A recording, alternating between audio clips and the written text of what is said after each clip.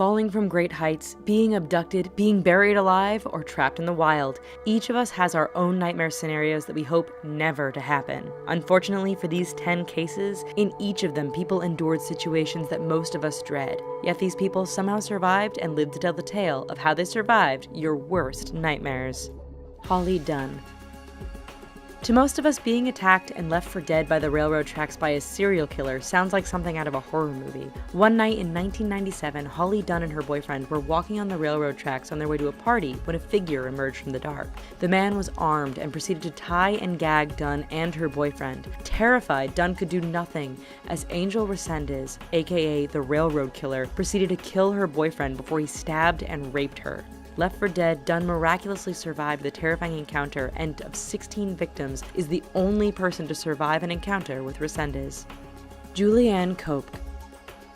Julianne Cope's story is an actual example of a nightmare come to life. On Christmas Eve 1971, Cope was on a jet carrying 92 passengers and crew as it flew over the Peruvian landscape. Flying into a storm, the jet encountered strong turbulence and was struck by lightning, which caused a wing to rip off. The jet disintegrated, and Cope, strapped into her seat, fell 3,000 meters to the rainforest below. Amazingly, she survived the fall and with a torn ACL, broken collarbone, and severe cuts. She spent 10 days in the forest before encountering lumberjacks who helped her return to civilization. Alcides Moreno. For many of us, a fear of heights means working as a window washer is an impossibility. Not Alcides Moreno. He not only had no fear of heights, but also the superhuman strength to survive a 47-floor fall. That's right. When his scaffolding gave way in 2007, Moreno plunged almost 500 feet and lived to talk about it. It is believed that while his brother, who was also on the platform, died because he was thrown off, Alcides lived because he remained on the platform, which fell slower because of air resistance. Richard Moyer.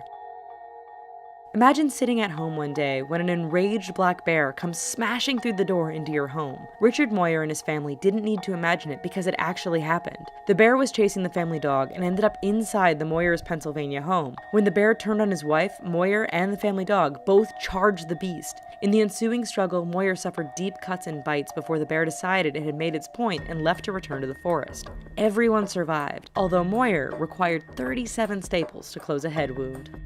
Ken Henderson.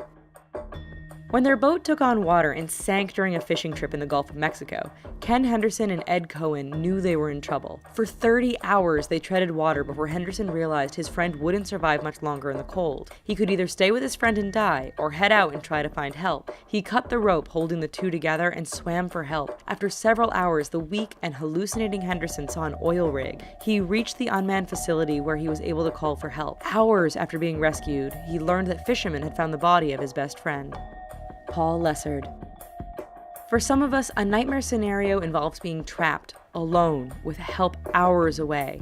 Paul Lessard encountered this scenario in 2013 when snowmobiling in Maine. Lessard was in a remote area when his sled overturned, pinning his head underneath. To make matters worse, the temperature plummeted to 13 degrees below freezing, and the whole time his body was partially submerged in a watery ditch. He could do nothing but lay there and wait for either help or death. In the numbing cold, hypothermia had started to set in. Fortunately, after 20 hours trapped, rescuers came upon Lessard and rescued him just in the nick of time. Anna Yella. Many people enjoy going for long hikes, and in 2004, Anna Yella and her friend Debbie were doing just that.